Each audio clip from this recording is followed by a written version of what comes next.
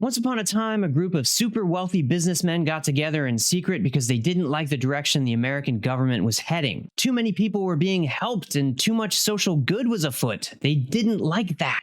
None of this helping people crap, they said. So they did what any self-respecting business leader would do and decided to overthrow the government. And no, I'm not talking about what's happening right now before our eyes, but the parallels to current events are eerie, and we'll see a lot of things that sound very familiar if you're paying attention. And if you haven't absorbed all the details about the pseudo-philosophy behind why all that's happening with the rich tech bros right now, I did a video on that and you can find it in the notes. But right now we're here to talk about the attempted coup of President Franklin Delano Roosevelt in the early 1930s. This completely forgotten episode of American history is full of political intrigue and outright stupidity, which again seems very current. It was called the Business Plot, and it was perpetrated by a lot of people with last names you're going to recognize, and we're about to unravel its spicy tendrils that came very close to changing the course of American history forever. I'm Kevin Lankus, and I'm your host for the time before the current time that corporate America was trying to overthrow the government.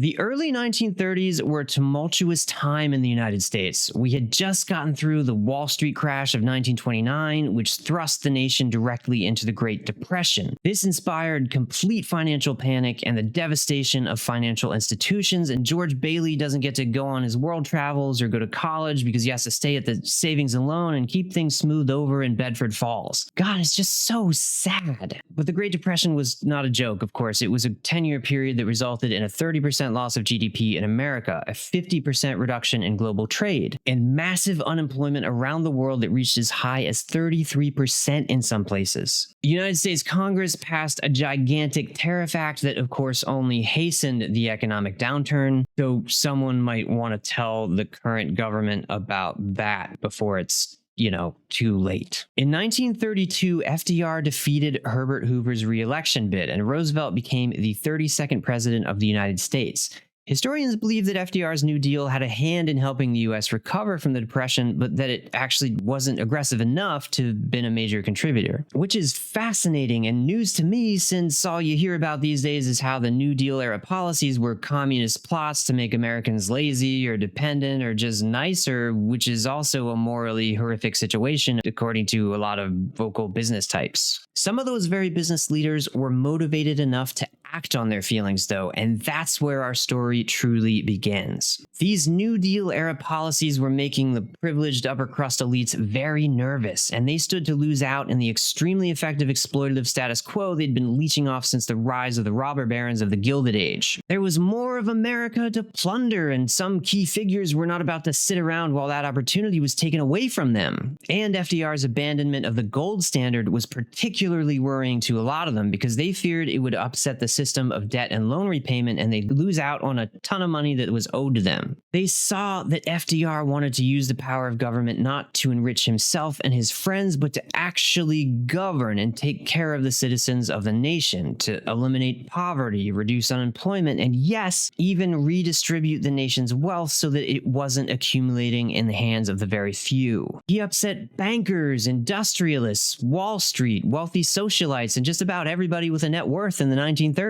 They went on and on about how runaway government spending was going to cut into their personal assets, and they labeled FDR a traitor to his class, which was a common slur thrown at him at the time. One spectacular quote that's commonly reported from an unknown guest at a dinner party reads, "What that fellow Roosevelt needs is a .38 caliber revolver right at the back of the head." So if you're not getting this yet, they didn't really like him very much. According to the documentation we have available today, some of the men who came together to begin plotting the overthrow of Roosevelt were Grayson M.P. Murphy, a wealthy banker with his own company who served on the boards of Bethlehem Steel, Goodyear Tire, and others; Robert Sterling Clark, an heir to the Singer Sewing Company fortune; the DuPont family; John W. Davis, a Democratic candidate from the 1924 presidential election who lost by a whole lot to Calvin Coolidge, and who also happened to be a lawyer who represented J.P. Morgan Jr., and Prescott Bush, father of President George H.W. Bush and grandfather of President George W. Bush. It's a who's who of American elite at the time. Of course, they didn't personally debase themselves enough to get their hands dirty, so they had others do it for them. Now, there were two main actors who facilitated the orchestration of the business plot, and these men were bond salesman Gerald C. McGuire and Bill Doyle, who was a commander of the Massachusetts American Legion. It was their job to research the rise of a new and exciting political structure that the business world was really taken with, and it was beginning to take root in Europe and run rampant in key nations like Germany and Italy, and there were strong tendrils of it taking root right at home in America. That political philosophy that had these business guys soiling their own knickers was a fun little thing called fascism. They were particularly interested in these silly little guys called Nazis who were effectively marrying corporate power to the state, and these American business leaders began to believe very strongly that embracing fascism was the only way to save America. The business plotters didn't come at this out of nowhere, though. The 1930s were filled with pro-Nazi and pro-fascist sentiment and propaganda in America, and it was coming from prominent figures like Henry Ford and American heroes like Charles Lindbergh.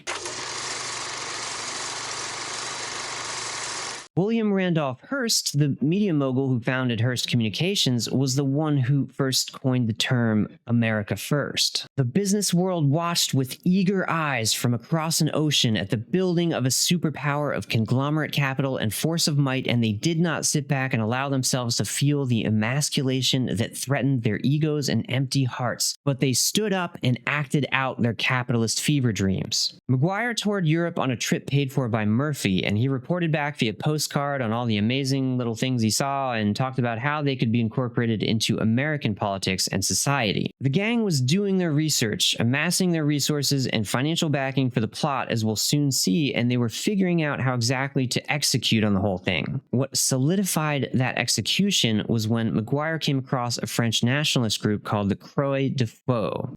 Croix-de-feu. I don't know, it's French. You don't pronounce any of the letters. The croix-de-feu, or the CF, was made up of World War I veterans who fell right into the group's far-right ideologies and fear-mongering propaganda that centered around xenophobia, anti-Semitism, eugenics, and imperialism. They felt they were a brand new race of Algerian Europeans, and they believed that mainstream French society was weak and degenerate, and they were the answer. The business plotters looked at this, and they sought to prop up their own group of disgruntled veterans and fund them from the shadows the same way the wealthy interests in France were funding the croix-de-feu. They had all the money in the world to buy these veterans' loyalty and set up an organization that could emulate what they saw in Europe, but what they lacked was a charismatic commander who would lead their veteran army. And the only reason the plot failed to get off the ground was because of the man they ultimately chose for the job. And this is where Major General Smedley Butler enters our tale. Smedley! Oh, Smedley! Smedlers. How come all these really disappointingly mundane names have stood the test of time, like John and Paul and Eric and Tom? Where are the Smedleys? I want to see more of them walking around. Oh, my Smedley, wherefore are you, Smedley? Known as the Fighting Hell Devil Marine and Old Gimlet Eye. Oh god, the nicknames are even better.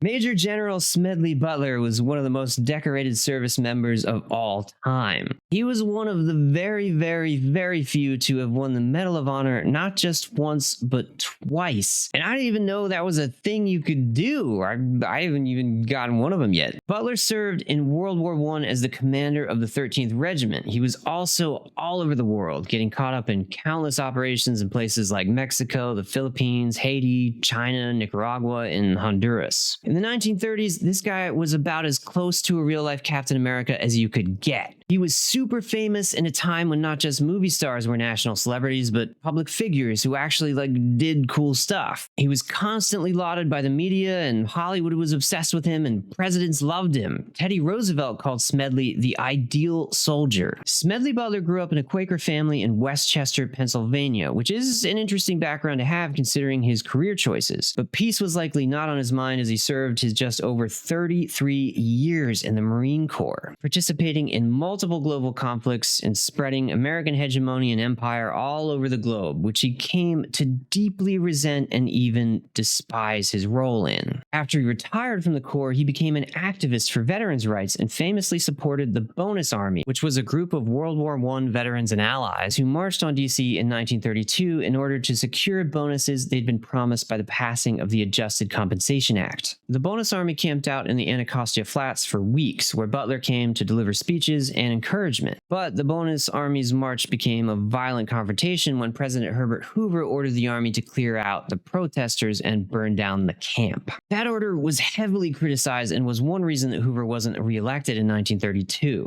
FDR had also visited the camp and followed the whole situation, and in 1933 he offered the veterans jobs through the new Civilian Conservation Corps, or CCC. And that's just one of the policies that the business guys were really not fond of. The Bonus Army incident was actually one of the primary motives for choosing Smedley Butler as the leader of the coup, because the business plot needed someone who could lead a strong veteran army, and Smedley had done exactly that. It's also possible that the plotters assumed his advocacy work was a referendum against the current government and the direction of American politics, which made them think that Butler would be on their side and readily accept their offer. Unfortunately for them, he was pissed about the exact same things they were pushing, and his opinion of the betterment of America was on the opposite side of the spectrum from theirs. Butler had become a staunch opponent of capitalism, believing that it only fanned the flames of war. And he would go on to publish a short book in 1935 called War is a Racket, which would go on to receive critical acclaim and is still widely read today. So when he was approached by the plot's shadowy facilitators, Gerald McGuire and Bill Doyle, he was actually extremely alarmed. But he kept that alarm to himself in order to not play his hand and string them along so he could find out more information behind the burgeoning coup attempt. In their first meeting in Butler's hotel room, the pair used their American Legion connection to try to win him over, and they told him they just wanted him to give a speech at a Legion convention in Chicago. They fed him things like how they had specific issues with the organization and its leadership, and they tried to play into his advocacy work and attempted to convince him that they were all in on veterans' rights and fixing the broken benefit structure. And then they pulled out a suitcase and tossed it on the bed and unzipped it to reveal $2 million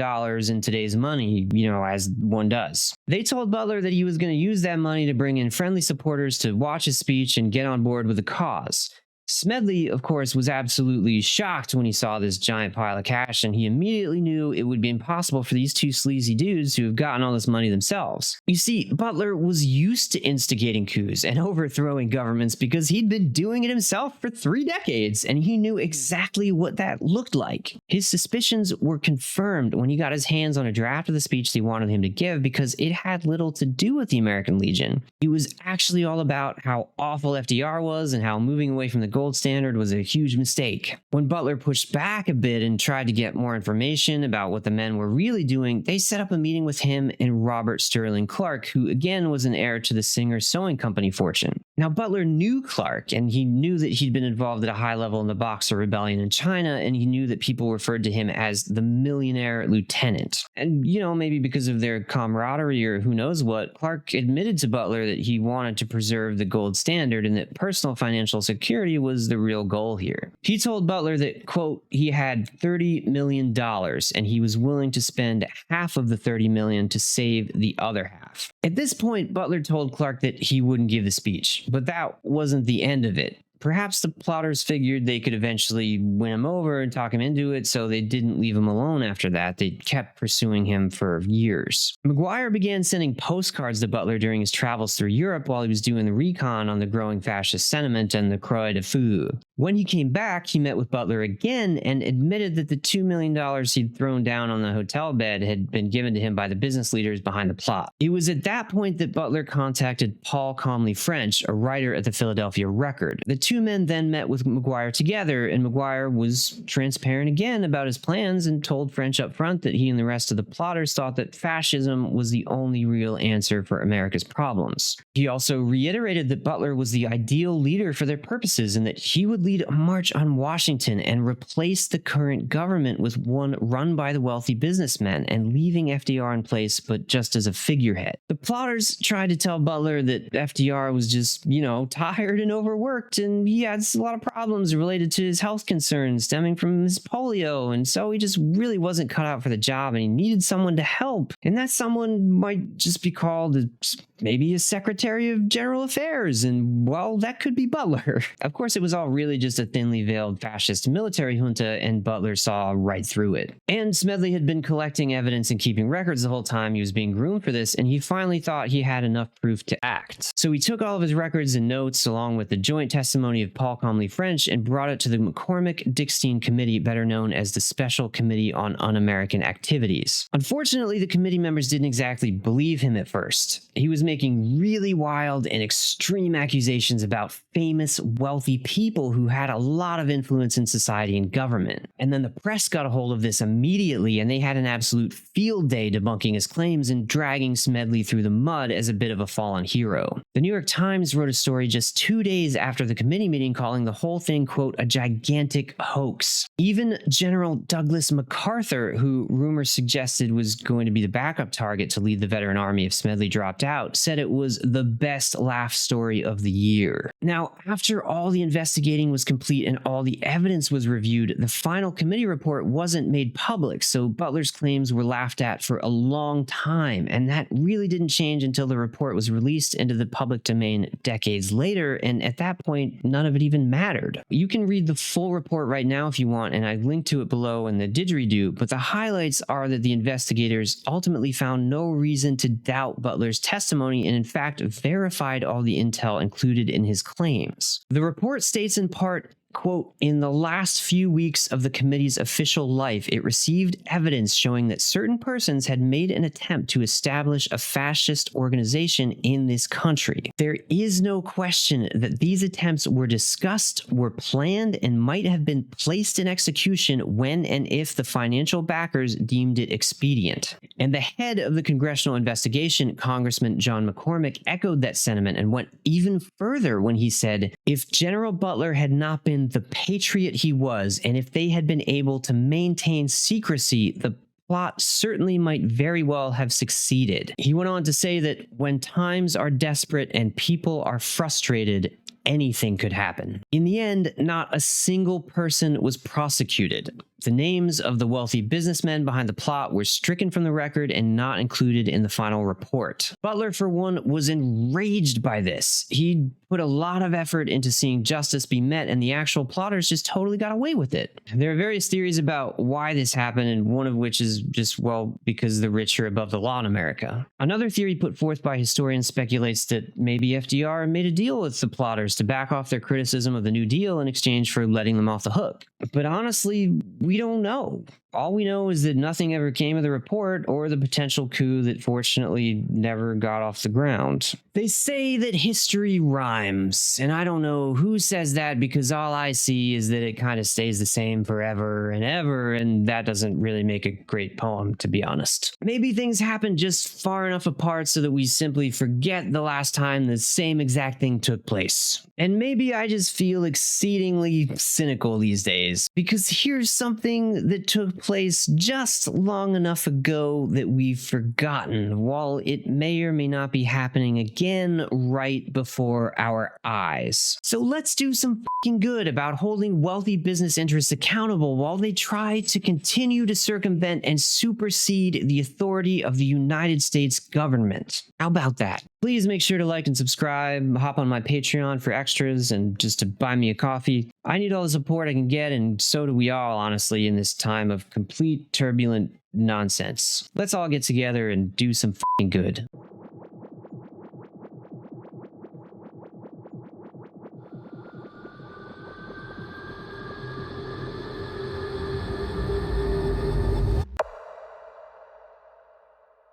In 1932, FDR defeated Herbert Hoover's